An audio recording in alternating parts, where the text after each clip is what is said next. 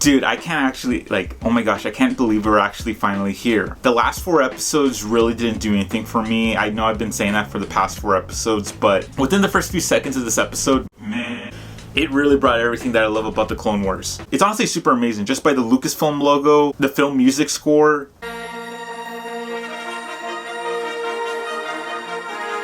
a very cleaned up General Grievous, a cameo by young Kanan from Star Wars Rebels, and even showing the deathbeds of Plo Koon and that blue Jedi chick.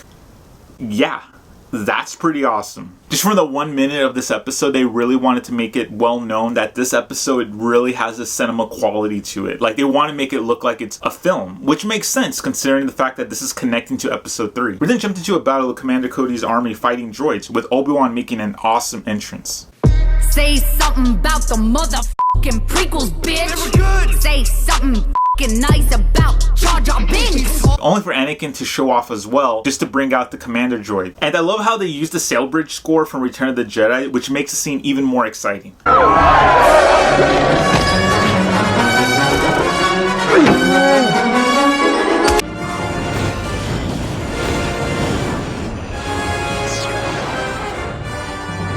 Once the fight is done, they're called back to the ship about a communication they received. Obviously it's Ahsoka, but I love the reaction Anakin gives seeing her.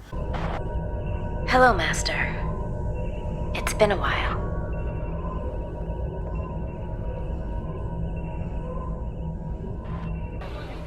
Well, we're waiting.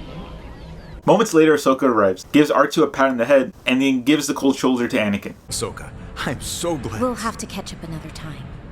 Things are moving quickly. Just chill. Even though I don't like this behavior from Ahsoka, it's there to show that she's still really hurt by what the Jedi did. Even if it's not towards Anakin himself, it's just something that she feels reluctant to. The communication from Ahsoka was to ask for help from her and Bo-Katan to capture Darth Maul. Bo-Katan proposes a plan to join forces with the Republic to capture Maul so the Mandalorians can reclaim the planet again. Doing so would spark another war by associating with the Jedi. Well, we're not finished with our first one yet. Bo-Katan gets frustrated and brings up Obi-Wan's old love interest, Satine. Obi-Wan, while it still misses her, knows he shouldn't let his feelings get in the way of being a Jedi. She did, and still does. But I cannot allow my feelings to cloud my judgment.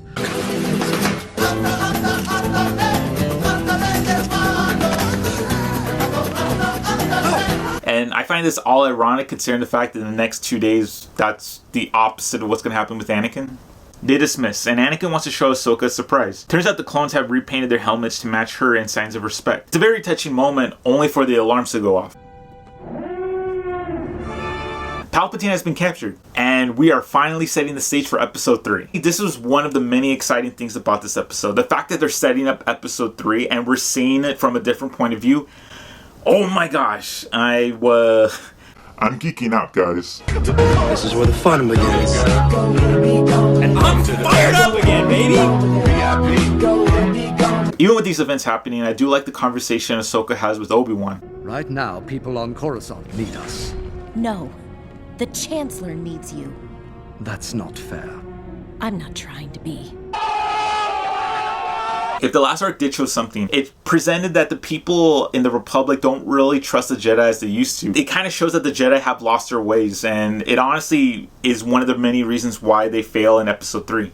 Anakin, wanting to help Ahsoka, comes up with an idea to split the 501st into her division, with Captain Rex being promoted to commander, which is awesome, considering the fact that he's been captain for like the longest time, but also dumb because it's like the shortest promotion ever. Anakin then gives his last surprise, Ahsoka's old lightsabers, but now colored blue. And as much as the scene is super quick, it's still heartbreaking knowing the fact that this is the last time they're going to see each other as master and mentor.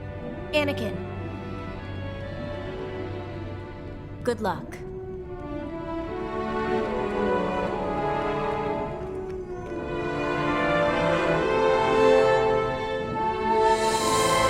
Finally, the Siege of Mandalore happens, a battle long mentioned in The Mandalorian and Star Wars Rebels, and man, it's an exciting fight.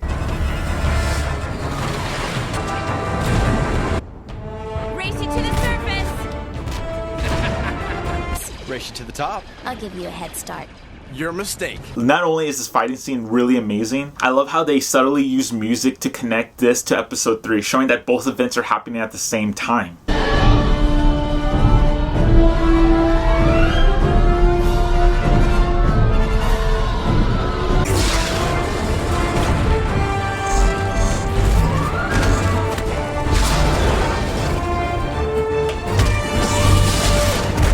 But yeah, back to the action. Honestly, I'm really floored. This is honestly Clone Wars at its best. With preparations for many of these reviews, I normally rewatch an episode like one more time, but I've honestly seen this episode like 4 times already, and it's honestly the most exciting thing I have seen in Star Wars in a long time. While Ahsoka goes underground to find Maul, Bo-Katan and Death Watch reclaims his throne, only to figure out that Ahsoka's walking into a trap. And then, well, you know, Darth Maul finally comes out, and the episode is done. And that was episode 9 of the final season of the Clone Wars, and it's an amazing 30 minutes of Clone Wars at its best, and they do show a lot of amazing action, but while also showing a lot of care to the characters with Ahsoka and Anakin's relationship. I love how they connect to the episode 3, and there's like so many things to unpack here. I'm actually excited for the next episode. And what do you know, the episode comes out later tonight by the time I post this, so yeah, thanks guys.